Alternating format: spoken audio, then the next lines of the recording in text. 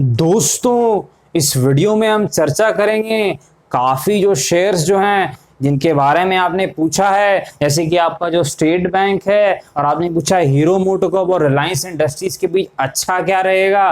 फिर जो है आपका आइशर मोटर्स, नेटको फार्मा, आरती ड्रग्स जो कि काफ़ी हलचल में है, और आखिरी में यस बैंक और आपका आलोक इंडस्ट्रीज उसकी चर्चा तो हो गई। तो दोस्तों नमस्कार, आपका स्वागत है आपके चैनल टी के मनी में। मेरा नाम है Tribhuvan, NSM certified in equity derivatives. और दोस्तों चर्चा की शुरुआत करते हैं। देखिए आज जो है आलोक इंडस्ट्रीज में जो है 35 के आसपास आप देख सकते हैं एक ओपनिंग हुई थी और वहां पर जो है सेलिंग स्टार्ट हो गई, और ये जो लो लगा है ये तकरीबन आपका जो है वो 34.34 के आसपास का आपका लो लगा है। आपको याद होगा कि 33 से लेके 34 जो एरिया है वो एक ट्रेडर्स का सपोर्ट है। मैं बार बार इस चीज को कह रहा हूं कि ये ट्रेडर्स का सपोर्ट है। जो शॉर्ट टर्म ट्रेडर्स जिन्होंने खरीदारी की है वो इस सपोर्ट को मान के चल रहे हैं, और आपने देखा कि सपोर्ट से 2 बार बाउंस आया है, तीसरी बार भी बाउंस आया है। लेकिन एक चीज जो मैं देख रहा हूं, जो मैं आपसे चर्चा करना चाहता हूं, कि जो बाउंस जो आ रहा है उतना ताकतवर बाउंस नहीं आ रहा है और ऊपर में बिकवाली आ जा रही है। आप थोड़ा ध्यान दीजिएगा तो आप ये देखिएगा, अगर मैं जो यहाँ पर चार्ट को बड़ा कर देता हूं तो आप यहाँ पर ये देखिए, ये जो लेवल है आपका 36.5 के आसपास का, इस जोन के आसपास आप देख रहे हैं काफी कैंडल बन रही है और यहाँ रुकावट हो रही है। तो ये बता रहा है कि इस लेवल के आसपास जो है थोड़े सेलर्स हैं। एक बार ये लेवल निकलेगा तभी जो हमारा 40-45 का जो एरिया है, बड़ा रेजिस्टेंस, वहां तक ये जाएगा। इस लेवल के नीचे जब तक रहता है तब ये एक रेंज में रहेगा। 33 निचला एंड है रेंज का, 36.5 जो है वो ऊपरी स्तर है। इस रेंज का जो शॉर्ट टर्म रेंज ये बना रहा है। एक स्टॉक जो है आपको पता है कुछ समय वो रेंज में रहता है, उसके बाद जो है वो अपनी बड़ी चाल दिखाता है, जो बिग मूव इसे हम कहते हैं। अब ये बिग मूव किस तरफ आएगी हमें देखना होगा। यहाँ पर आप जो एक चीज गौर कर रहे हैं कि ये सपोर्ट से बाउंस भी कर रहा है और रेजिस्टेंस से जो है ये गिरावट भी दिखा रहा है। तो यहाँ पर एक चीज आप कह सकते हैं कि जो बायर्स हैं, जो सेलर्स हैं, दोनों बराबर ताकत वाले हैं। अगर कोई खरीद रहा है नीचे में तो कोई ऊपर में बेच भी रहा है। तो आप ये कह सकते हैं कि अभी ये बिल्कुल न्यूट्रल सा जो है अभी स्टांस हम यहाँ पर लेके चलेंगे कि अभी बिल्कुल न्यूट्रल है। और देखिए जहां तक वॉल्यूम की बात है, आप लोग कहते हैं सर वॉल्यूम कितना हुआ। देखिए वॉल्यूम जो है आज जो है वो 1.1 करोड़ के आसपास का आपका वॉल्यूम हुआ है। यहाँ पर ये जो वॉल्यूम आप देख रहे हैं, ये वॉल्यूम जो है 1.1 करोड़ के आसपास कुछ वॉल्यूम हुआ है। इसका जो एवरेज वॉल्यूम रहता है वो 1.6 करोड़ के आसपास कुछ रहता है। तो एवरेज से थोड़ा जो है कम वॉल्यूम ही यहाँ पर हुआ है। तो यहाँ पर ठीक है, हमें देखना होगा यहाँ पर क्या होता है। देखिए बड़ा वॉल्यूम जब होता है, मैं हमेशा एक चीज कहता हूँ, जब नॉर्मल से ज्यादा वॉल्यूम हो तो बताता है कि जो बायर या सेलर है वो ताकतवर है। अगर बड़े वॉल्यूम के साथ जो है शेयर ऊपर जाने लग जाए तो ट्रेडर्स ये मानते हैं कि अब बॉटम बन गया और यहाँ से ऊपर ही जाएगा, उस लेवल के जब तक ऊपर रहता है जहां से वो बड़ा वॉल्यूम हुआ है। ठीक है, और उसी के उलट जब एक लेवल से बड़े वॉल्यूम के साथ बिकवाली हो जाती है तो हम कहते हैं जो बड़े प्लेयर्स हैं, जिन्हें हम ऑपरेटर्स भी कहते हैं, कि उनकी सेलिंग हुई है और वो लेवल जो है रेजिस्टेंस बन जाएगा, वो दिक्कत का एरिया बन जाएगा और वहीं से गिरावट आ जाती है। आपने देखा भी है जो ऊपरी लेवल से जो गिरावट आई थी 40-45 का जो रेजिस्टेंस है, वहां से जो प्रॉफिट बुकिंग हुई थी। तो इसी प्रकार जो है दोस्तों मार्केट जो है वो काम करता है। तो इस चीज पर आप ध्यान दीजिएगा। तो यहाँ पर आपको पता चल गया शॉर्ट टर्म रेंज है वो 33 जो और 36.5 के बीच की है। देखिए कुछ ट्रिगर चाहिए इसे चलने के लिए, कुछ मूव दिखाने के लिए कुछ अच्छी न्यूज चाहिए, कुछ ऐसी न्यूज जो यहाँ पर मान लीजिए रिजल्ट अनाउंसमेंट, जैसे आपका शायद 15 सितंबर तक जो है कुछ रूल है अनाउंस करना चाहिए, या कुछ चाहिए दोस्तों चलने के लिए, क्योंकि बिना उसके जो है थोड़ा ये रेंज में रह रहा है, थोड़ा दिक्कत हो रही है यहाँ पर। इस चीज का आप थोड़ा ध्यान दीजिएगा। और दोस्तों यहाँ पर जो है आपको पता है कि एक टेलीग्राम चैनल जो है लॉन्च हमने कर दिया है टी के मनी नाम से। तो अगर आप लोगों ने ज्वाइन नहीं किया है तो आप टेलीग्राम पे जा करके जो है ये टी के मनी अगर आप सर्च करेंगे तो शुरू में ही जो है वो आपका जो चैनल है वो आ जाएगा। ये चैनल आप ये टी के मनी चैनल में जा करके जो है आप ज्वाइन कर सकते हैं। और जो है कल ही मैंने ये लॉन्च किया है, काफी लोगों ने जो यहाँ पर जो है ज्वाइन कर लिया है, आप भी ज्वाइन कर सकते हैं। और एक चीज आपको बता दूं, आप लोग कह रहे थे सर आप कुछ पोस्ट नहीं कर रहे हैं चैनल पे जो है कुछ भी, देखिए कल शाम से जैसा मुझे लगता है कि मैं इस पर जो है चीजें पोस्ट करने लगूंगा, काफी चीजें मैं इस पे पोस्ट करूंगा, काफी एजुकेशनल और इन्फॉर्मेशनल चीजें। इससे मुझे लगता है कि जो है काफी जो है मुझे लगता है कि यहाँ पर काफी इंफॉर्मेशन आप लोगों को मिलेगी जो कि काफी काम आनी चाहिए मार्केट में, चाहे वो ट्रेडिंग हो चाहे इन्वेस्टमेंट हो। और इससे मुझे लगता है आपको शॉर्ट टर्म लॉन्ग टर्म में बिल्कुल फायदा होना चाहिए। तो आप टीके मनी जो चैनल है वो टेलीग्राम पे जाके सर्च कर सकते हैं, वहां आपको मिल जाएगा। तो दोस्तों अब जो है आपका जो आज का सवाल है वो जो देखिए स्टेट बैंक के ऊपर हमने पहले भी चर्चा की थी, आपको याद होगा स्टेट बैंक के बारे में मैंने क्या कहा था कि ये स्टॉक जो है फंडामेंटली तो अच्छा है, टेक्निकली ऐसा है कि ट्रेडर्स जो है इस चीज को मानते हैं स्टॉक को कि देखिए मार्केट का एक व्यू बन गया है स्टेट बैंक ऑफ इंडिया के स्टॉक को लेकर के कि जो भी समस्या होगी सारी समस्या का जो है इनके ऊपर ही भार पड़ेगा, इसलिए थोड़ा सस्ता रहता है फंडामेंटली अगर आप देखें, चाहे वो पी रेशियो चाहे बुक वैल्यू।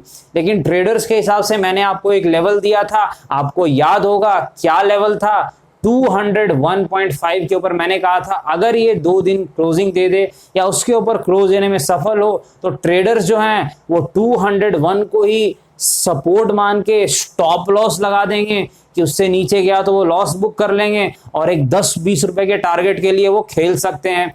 क्यों? क्योंकि आपको पता है जब एक रेजिस्टेंस निकलता है तब वो सपोर्ट बन जाता है, यानी जो अवरोध था अगर वो टूट के निकल जाए तो वही सपोर्ट बनेगा जब स्टॉक गिरेगा। तो ट्रेडर्स वहां स्टॉप लॉस लेते हैं और वहां पर आपने देखा 10 रुपए का जो टारगेट है 201 से वो 210.11 जो है वो पहुंच गया। 1 रुपए की रिस्क थी आपको लेनी थी, 202 पर जब गया तो आप 1 रुपए का रिस्क था, 201 स्टॉप लॉस और 210 के आसपास तक वो गया है। अगर आप देख सकते हैं, आपने देखा ही होगा आज। तो यहाँ पर जो है स्टेट बैंक ने वो मूव दे दी जिसकी हम बात कर रहे थे। तो यहाँ पर हमें आगे देखना हो क्या है। यहाँ पर अगला जो स्टॉक है, देखिए आपने पूछा है सर हीरो मोटोकॉर्प और रिलायंस इंडस्ट्रीज में लॉन्ग टर्म के लिए अच्छा क्या होगा। देखिए एक चीज मैं बता दूं, चाहे वो हीरो चाहे रिलायंस इंडस्ट्रीज हो, दोनों ही काफी क्वालिटी कंपनी है, फंडामेंटली भी टेक्निकली भी मैनेजमेंट बहुत अच्छा है, पी रेशियो के हिसाब से भी दोनों जो है महंगी नहीं है, ठीक है, इसमें कोई शक नहीं है। बस एक चीज आपको ध्यान देना है, ये निर्णय लेना आसान नहीं है कि दोनों में अच्छी कौन है। तो देखिए हीरो मोटो के साथ क्या है, पहले वो जो है वो नॉर्मल सेक्शन में बाइक और जो भी वो स्कूटी जो बनाते थे, अब जो है वो प्रीमियम सेक्शन में जा रहे हैं। जैसे आपका जो आयशर मोटर जो है, आपका रॉयल इनफील्ड और वो सारी जो बाइक हैं प्रीमियम बाइक्स बनाती है, तो वहां पर क्या होता है कि मार्जिन ज्यादा मिलती है। तो अगर ये इस बिजनेस में सफल हो गए हीरो मोटोकॉर्प तो इन्हें काफी प्रॉफिट हो सकता है, इस चीज का आप ध्यान दीजिएगा। और वहीं रिलायंस इंडस्ट्रीज को आप देखिएगा तो आप देख रहे हैं कैसे वो फैल रहे हैं। अभी जो है उन्होंने जियो का जो बिजनेस काफी जो है प्रॉफिटेबल हो गया है, रिलायंस फ्रेश और जो रिलायंस मार्ट ये भी काफी प्रॉफिटेबल हो गया है, जियो मार्ट इन्होंने लॉन्च किया है। तो ये भी एक बहुत बड़ी कंपनी बन रही है, इंडिया की नंबर 1 कंपनी। दोस्तों कंपेयर करना ठीक नहीं रहेगा। और एक चीज बता दूं, हीरो मोटोकॉर्प में भी मेरी पोजीशन है, आपको मैं बता दूं, इसलिए मैंने लिया था कि एक अच्छा स्टॉक है और जो है यहाँ पर डिविडेंड यील्ड भी 4% के आसपास देता है, 4% की डिविडेंड यील्ड, 100 रुपए से ऊपर की कुछ डिविडेंड देते हैं, इस चीज का आप ध्यान दीजिएगा। और जो रिलायंस इंडस्ट्रीज है वहां खासियत क्या है कि आपको पता है यहाँ पर कि ये जो है लॉन्ग टर्म के लिए अगले 5-10 साल के लिए जो है मुझे लगता है कि ये काफी अच्छा वेल्थ क्रिएट कर सकती है। अब मैंने बताया भी था रिलायंस इंडस्ट्रीज मेरी पोर्टफोलियो में था, कुछ 60-65% का प्रॉफिट था और मैंने प्रॉफिट बुक कर लिया है। इसलिए नहीं कि कोई कमजोरी दिख रही है, टेक्निकली भी कोई कमजोरी नहीं है स्टॉक में, फंडामेंटली भी अच्छा है, बस मैंने प्रॉफिट थोड़ा ले लिया। यहाँ पर दोनों अच्छा स्टॉक है, दोनों गिरावट में जो है मार्केट करेक्शन या मार्केट क्रैश कर जाए तब लीजिए। देखिए अभी लीजिएगा तो फिर हो सकता है कि आपको जो है 5-10% प्रॉफिट हो, लेकिन दिक्कत भी हो सकती है, ऐसा कि आपको आरती ड्रग्स में आज हुआ, आपने देखा कल ही हमने चर्चा की थी आरती ड्रग्स के बारे में, उस समय प्राइस क्या था आपको याद होगा। आरती ड्रग्स का जो ये स्टॉक है 3600 के आसपास मैंने लिखा था कल की वीडियो में भी, और मैंने कहा था कि स्टॉक फंडामेंटली भी अच्छा है और टेक्निकली भी कोई अभी थकावट नहीं दिख रही है। लेकिन मैंने अपने एक्सपीरियंस से आपको ये बताया था कि जब एक स्टॉक की चर्चा चारों तरफ होने लगे, मीडिया में, सोशल मीडिया में, हर जगह, तो अक्सर वो स्टॉक जो है वो पैसा उस समय कुछ समय के लिए वो नहीं बनाता है। और आपने देख लिया वो सच साबित हो गई, 2 दिन के अंदर जो है 20% की गिरावट हुई, आज भी 10% गिरा है। स्टॉक फंडामेंटली और टेक्निकली खराब नहीं है, जिन्होंने ऊपर में लिया है उन्हें कोई ज्यादा भी चिंता करने की जरूरत नहीं है। लेकिन मैं हमेशा एक चीज कहता हूं, इसीलिए मैं कहता हूं आपको कि हमेशा स्टॉक को थोड़े नीचे के भाव में लीजिए, ऊपर लेने में थोड़ा सा ये फंसने की संभावना रहती है। तो देखिए अगला जो स्टॉक है आपका आयशर मोटर, ये भी बहुत अच्छी कंपनी है, मैंने डिस्कस भी शायद किया है पहले। हाई क्वालिटी कंपनी है, सब कुछ अच्छा है, इनका मार्जिन बहुत तगड़ा आता है क्योंकि ये प्रीमियम सेगमेंट में काम करते हैं और जो है ट्रक बिजनेस में भी इनका कुछ है। वैसे मेन इन्हें प्रॉफिट जो होता है वो इनका जो रॉयल एनफील्ड है इसी से होता है। तो यहाँ पर जो है कोई कमी नहीं है स्टॉक में। पहले जो है रिटेल निवेशक इसे नहीं खरीद पाते थे क्योंकि ये 22,000 25,000 ऐसे प्राइस में था। अभी जो है ये 2100 2200 के आसपास आ गया है, तो रिटेल निवेशक भी ले रहे हैं।